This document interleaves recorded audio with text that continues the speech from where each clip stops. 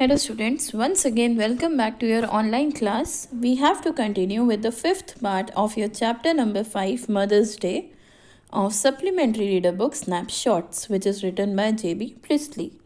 So now up till now what we have seen, we have to cover the main character now, the husband of Mrs. Pearson, Mr. George. What is the character of Mr. George? Let's come to page number 44 for that. Okay, what we have seen, George, he was a prompt person जो हर बात में quick रहे. He was famous, उनको fundamentally लोगों के सामने decent show करना. He was a showy person, means a pompous person. लोगों के सामने उनको अपना न्यू कैरेक्टर शो करना बहुत ज़्यादा अच्छा लगता था और इसीलिए वो बेसिकली डिसेंट लगते थे, but he was not so. वो हर बार सेल्फ इम्पोर्टेंस देते थे, मीन्स सिर्फ खुद को, without any one else. And that only we have seen जब उनकी बेटी रो रही थी. So just a look he put on her, means वो ज़्यादा गहराई में नहीं देख रहे थे कि वाई शी वॉज क्राइंग और नॉट. उनको रीज़न पता चला, दैट्स ओके. नहीं पता चला, then also it will be fine. So he was careless about family somewhere. Now let's come to page number 44 to begin with chapter 5 and basically the fifth part of your video. George has seen his wife drinking the stout.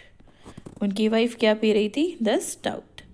तो एकदम से shocking form में उन्होंने बोला stout. Mrs Pearson का reaction था yes. Now George in a amazed form means what? जब आप सरप्राइज्ड हो जाते हैं. Anxious form, he said, What are you drinking stout for? उन्होंने पूछा जनरली कि आज आप किस खुशी में स्टाउट पी रहे हो. Mrs Pearson said, because I fancied someone. क्योंकि मैं किसी को लाइक कर रही हूँ. आई फैंसीड सम, मुझे इच्छा थी कि मैं कुछ पीऊँ और इसलिए अपनी उस लाइकनेस में या अपनी ख्वाहिश में मैं पी रही हूँ. George, eight this time of day, आपका मन भी कब हुआ स्टाउट पीने का? इस टाइम पर, मीन्स ऑलमोस्ट नाइट होने वाली है और अब जाकर आप स्टाउट लेकर बैठे हैं. Then Mrs Pearson said, yes, what's wrong with it at this time of the day? उन्होंने बोला, हाँ मेरा अभी मन था इसलिए मैंने अभी स्टाउट पिया. तो इस चीज़ में बुराई क्या है और मैं इस टाइम पर क्यों नहीं पी सकती? George in bewildered form. Bewildered means greatly surprised or confused. Nothing, I suppose, Annie, but I have never seen you do it before. George ने बोला, नहीं ऐसा कुछ नहीं है, तुम इस टाइम पर भी पी सकती हो, बट मुझे ऐसा लगता है एनी कि आज तक मैंने तुम्हें कभी भी इस फॉर्म में नहीं देखा. So it's my first time I am digesting this form. Then Mrs Pearson said, well you are seeing me now. तो उन्होंने भी बोला, आपने आज तक नहीं देखा, नो प्रॉब्लम, अब आप मुझे देख रहे हो और मैं ऐसी ही हूँ. Then George said with heavy distaste. Distaste means आपको कोई बात पसंद ना आए और आपका मूड एकदम से रूड हो जाए तो आप कड़वे शब्द बोलते हो. That is in the form of distaste. Heavy words. Yes, and I don't like it. It doesn't look right. I'm surprised at you. उन्होंने बोला, हाँ मुझे भी दिख रहा है कि आप पी रहे हो और मैं आपको देख रहा हूँ, लेकिन मुझे ये सब पसंद नहीं आया और वो अच्छा भी नहीं लग रहा है कि आप ड्रिंक कर रहे हो और मैं आपको देखकर सरप्राइज्ड हूँ. I am completely shocked.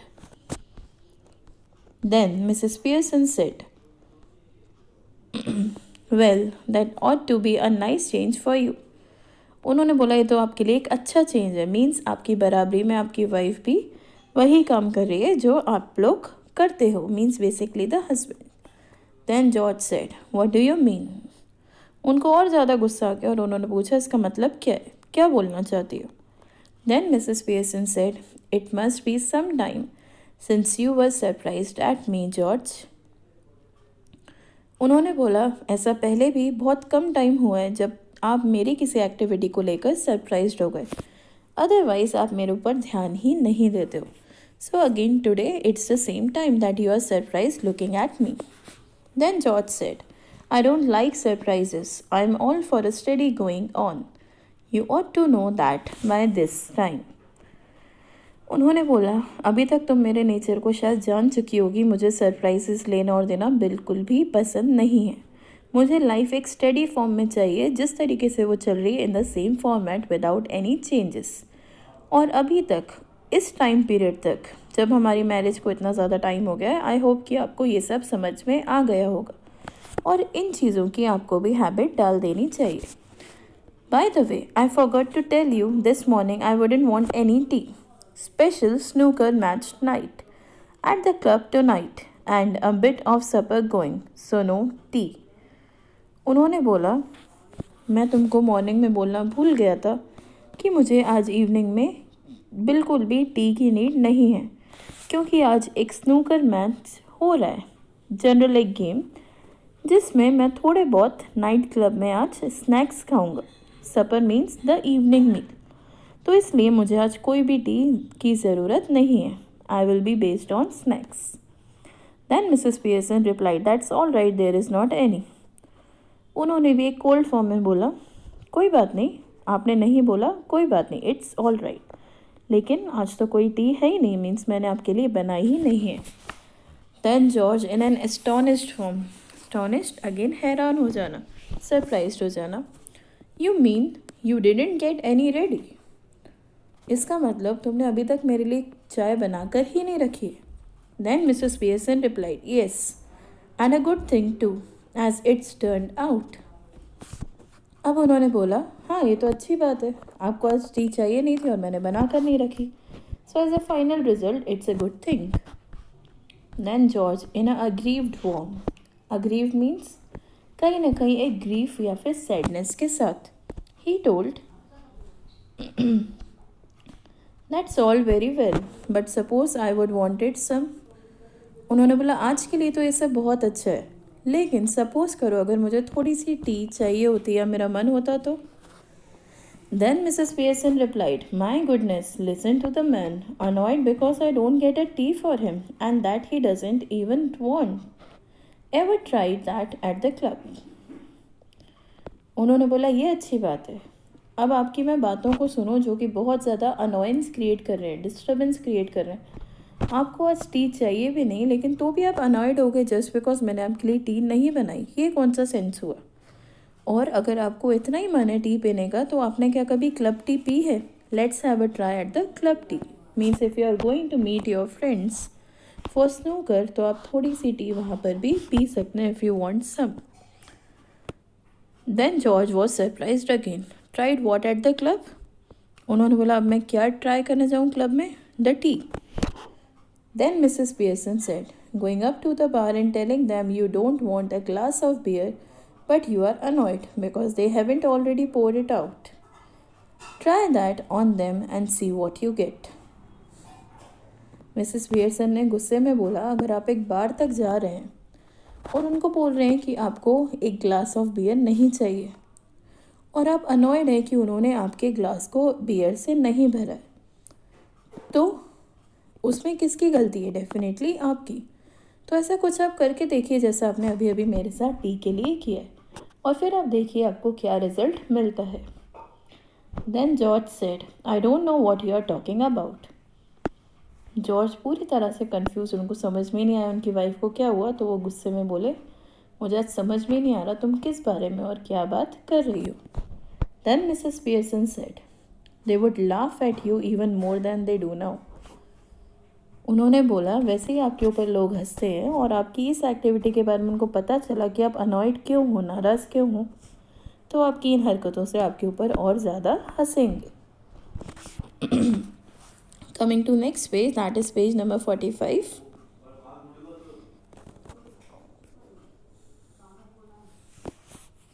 Indignantly. Now what is indignantly?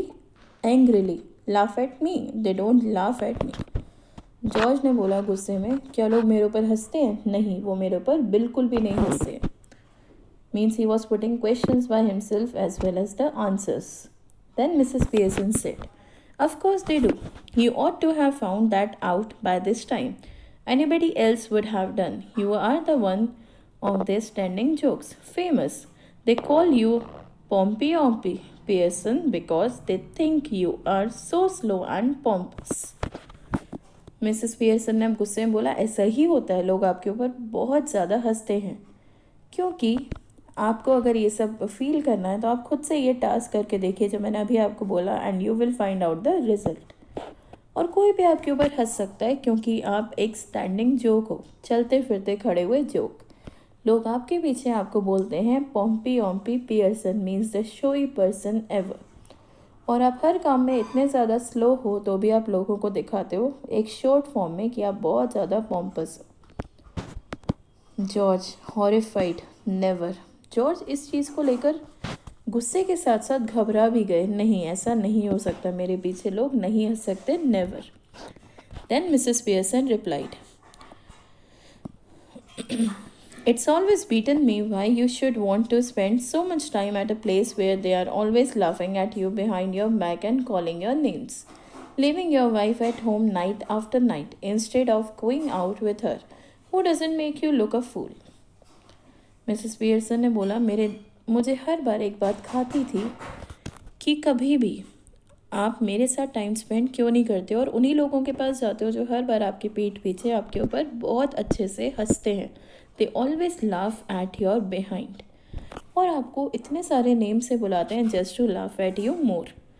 और कौन ऐसा होता है जो अपनी वाइफ को हर बार घर छोड़कर नाइट आफ्टर नाइट चला जाए बाहर अलग अलग इवेंट्स के लिए, अलग अलग चीज़ें इंजॉय करने के लिए, instead of going with her. Means better है कि आप अपनी वाइफ के साथ जाएं तो दोनों एक इन्जॉयमेंट के लिए बाहर जाएं फॉर अ चेंज। और इसीलिए लोग आपको फूल समझते हैं, because you are doing the foolish things in your life. Now Cyril enters right with a glass of milk in one hand and a thick slice of cake in the other. George, almost dazed, turns to him appealingly. अब Cyril ने क्या किया, वो kitchen से finally अब जाकर निकला with a glass of milk, क्योंकि उसको टी नहीं मिली, in one hand and definitely in other hand something to give her the strength back. और नेक्स्ट लाइन में क्या था उसके हाथ में, एक थिक केक स्लाइस। और जॉर्ज जो कि ऑलमोस्ट डेज था, डेज मीन्स कन्फ्यूज स्टेट, जिसका चेहरे का रंग उड़ गया हो, वो एक अपीलिंग फॉर्म में अपने बेटे की तरफ देख रहा था, एक रिक्वेस्टिंग फॉर्म में to share something with him. Here comes George. Here, Cyril, you have been with me to the club once or twice. They don't laugh at me and call me Pompey Pompey Pearson, do they? अब George ने Cyril से पूछा एक requesting form में कि शायद Cyril का answer no हो। साइरल से उसने पूछा कि एक दो बार तुम भी मेरे साथ क्लब में गए हो और मेरे अकॉर्डिंग तुमको ये आंसर पता है कि लोग मेरे बैक पर मेरे लिए नहीं हंसते हैं और मुझे पोम्पी ओम्पी पियर्सन नाम से तो बिल्कुल नहीं बुलाते हैं, क्या ऐसा हुआ है? Cyril was embarrassed and hesitates. Cyril का कोई जवाब नहीं था, वो काफ़ी ज़्यादा एम्बेरस्ड फॉर्म में और हेजिटेशन फॉर्म में अपने फादर को देख रहा था। तब जॉर्ज जो अभी तक रिक्वेस्टिंग फॉर्म में थे, उन्होंने एंग्रीली पूछा, go on tell me, do they? उन्होंने बोला, जब मैं कुछ पूछ रहा हूँ तो definitely you should have answered me, तो मुझे पता हो क्या वो ऐसा करते हैं। साइरल दोबारा एम्बेरस्ड हो गया, he was very shy this time. Well yes dad, I am afraid they do. Cyril ने बोला, हाँ डैड, मुझे डर है कि इसका आंसर येस है, वो ऐसा ही करते हैं। George slowly looks from one to the other staggered. George ने एक से लेकर दूसरे पर्सन की तरफ देखा in a staggered form. Now what is staggered form? Means आप किसी को एंग्रीली इतना ज़्यादा देखते हो कि आप कुछ कर भी नहीं पाते हो एंड आपका गुस्सा भी शांत नहीं होता। Then George slowly, well I will be damned. George ने अब स्लोली फॉर्म में क्या बोला, अगर ऐसा है तो मैं पूरी तरह से रूइंड हो गया, मेरी तो एक इमेज जो थी वो पूरी तरह से स्पॉइल्ड हो गई, I am damned now. Coming to the bracket portion, George exits left slowly, almost as if somebody has hit him over the head. Cyril, after watching him go, turns indignantly to Mrs. Pearson. George अब धीरे से अपने left side के room से चला गया, he got an exit, और वो इस तरीके से गए जैसे उनके हेड पर किसी ने ज़ोर से हिट किया हो और वो समझ नहीं पाए हो कि उनके साथ क्या हुआ है। एंड साइरल इसी फॉर्म में जैसे ही जॉर्ज गए अपनी मदर की तरफ, काफ़ी एंगर फॉर्म में देख रहे थे कि उन्होंने आज सबका दिल तोड़ा है। She hurt each and everyone today. Now Cyril said, "Now you shouldn't have told him that, Mum. That's not fair. You have hurt his feelings, mine too." उन्होंने बोला, एटलीस्ट आपको डैड को ये सब नहीं बताना चाहिए था मॉम, क्योंकि ये अच्छी बात नहीं है। आप किसी को इतना ज़्यादा बुरा बोल रहे हैं और उनको नर्वस फील करवा रहे हैं और उनकी इमेज को रूइन कर रहे हैं। और डेफिनेटली आज आपने डैड को बहुत ज़्यादा हर्ट किया है, उनकी फीलिंग्स को भी, और साथ ही साथ मेरी फीलिंग्स को भी। Then Mrs Pearson replied, sometimes it does people good to have their feelings hurt. The truth oughtn't to hurt anybody for long. If your father didn't go to the club so often, perhaps they would have stopped laughing at him. Mrs Pearson ने बोला, कभी कभी अच्छा होता है कि दूसरों को भी पता चले जब उनकी फीलिंग्स हर्ट होती हैं तो उन्हें कैसा लगता है। और ट्रुथ हर बार ज़रूरी नहीं है कि हम लोगों से छुपा सकें, क्योंकि वो ज़्यादा लंबे समय तक नहीं छिपता है। और आपके फादर को अगर ये सब पता नहीं चलता तो वो क्लब ऐसे ही ऑफन जाते रहते हैं, मीन्स कंटिन्यूसली या रेगुलरली। और हो सकता है कि वो जाना कम कर दें और लोग उन पर हंसना भी कम कर दें। तो it was necessary for him. Cyril in a gloomily form, I doubt it. Gloomily means sadly, very nervously he told, I doubt it. Means क्या लोग हंसना बंद करेंगे या फादर वहाँ पर जाना। Coming to the next page, page number 46.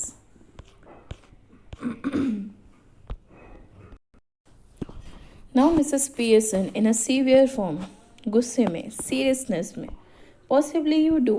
But what I doubt is whether your opinion is worth having. What do you know? Nothing. You spend too much time and good money at Greyhound races and dirt tracks and ice shows. Mrs. Pearson ने बोला, Possibly you do means हर बार तुम doubtful ही रहते हो, लेकिन तुम्हारा doubt और तुम्हारा opinion यहाँ पर किसी भी वर्थ या वैल्यू का नहीं है, क्योंकि तुम्हें पता ही क्या है फैमिली के बारे में। और जो लोग पीछे कुछ भी बोलते हैं तुम्हारे फादर को, तुमको उससे कोई फ़र्क नहीं पड़ता। Because most of the time whenever you are free, basically in weekends, तो तुम्हारा मेन टाइम कहाँ बीतता है कि तुम अच्छा टाइम अपनी अच्छी मनी के साथ उड़ा सको at greyhound races, means a kind of race fair, या फिर डर्ट ट्रैक्स पर, या फिर आइस शोज़ पर। आपके पास सिर्फ एक ही टैलेंट है, to spoil your money everywhere, leaving anything at home. तब साइरिल ने in a sulkily form, sulkily means एक इरिटेटिंग फॉर्म में, एक एंग्री फॉर्म में, उसने बोला, well what if I do, I have got to enjoy myself somehow, haven't I. उसने बोला, हाँ क्या हो गया अगर मैंने अपना पैसा खर्च किया तो, मेरी भी लाइफ में कुछ ड्रीम्स हैं, इसलिए मैं अपने ऊपर एंजॉय करता हूँ, तो मैं नहीं कर सकता। Then Mrs Pearson said, I wouldn't mind so much if you were really enjoying yourself. But are you? And where is it getting you?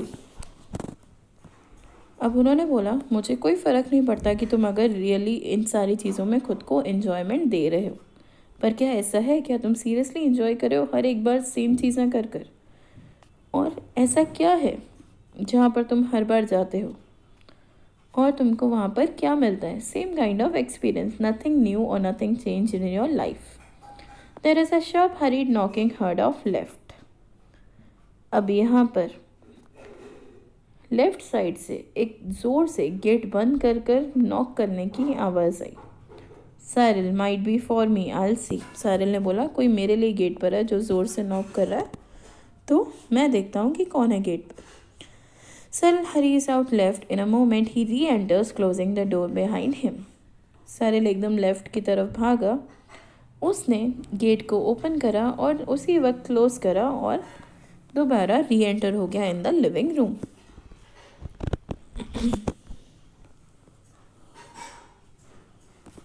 Now see what Mrs. Pearson has told. It's that silly old bag from next door, Mrs. Fitzgerald. You don't want her here, do you?